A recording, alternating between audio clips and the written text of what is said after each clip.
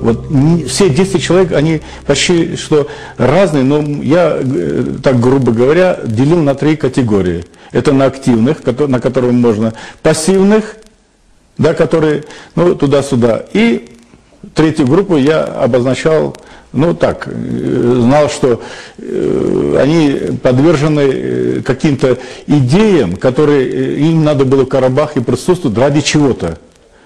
Знаешь, они приехали, чтобы потом прийти рассказать, что они были в Карабахе, или магазин здесь, или должность получить, понимаете? Им надо было присутствовать и уехать.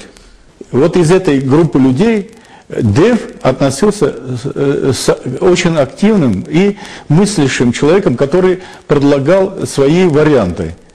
Было вот такое, значит, решение, которое он предложил и осуществил в итоге. Предложил такой вариант, который я, честно говоря, бы не, как человек военный, бы я ему не позволил бы сделать и не мог бы предложить. Он сказал, я беру 3 человека, иду в тыл и начинаю там, в общем, диверсию.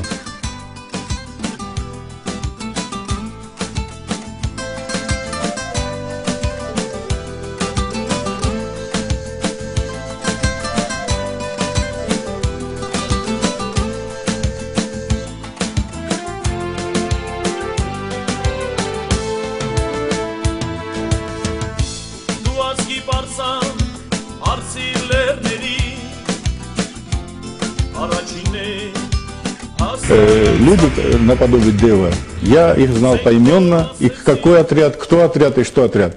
И когда сейчас, конечно, гибнут такие люди, как Дев, а рядом есть такие никчемные люди, которые власть имеют, может, бизнес имеют деньги, и начинают описывать, что они совершили какие-то героические подвиги и отнимают вот таких людей.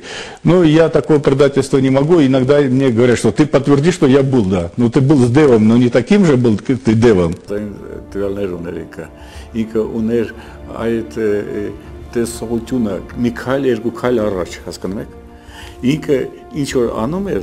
Уже գիտեր իր ինչ նպատակի հասնում։ Իրանց ծնողներից են այդ պապական հարստությունը այդ իրանց գիտելիքներով տվել են իրանց մեջ էր գնացել։ Այդ հարստությունները, այդ գիտելիքները սա այդ երկու տալանտավոր մարդիկ հերով սա տվել են Դավիթի մեջ։ Ժամանակ են տվել, թող ազատեն։ Ու 3 օր ժամանակ են տվել, հետո մտան Դանիելյանների սարին սպանեցին, այնտեղ մի երեխա մնաց, 6 հոգի սպանեցին, ու 3 օր ժամանակ են տվել, դրա համար պետք է մենք այդ տողը անպայման ազատենք։ Սպասում էի, մարդ սպասում ես, հասկանաս, ես իր հետ չեմ կիսվի, ասել եմ դու գնա այնտեղ, ես գամ այնտեղ, ինքը ասեց ես գնամ այնտեղ, դու գնա այնտեղ, հետո իր թանդրենք, դու այդպես մարդ, այդ զոհում ինչ պետք է մտածել։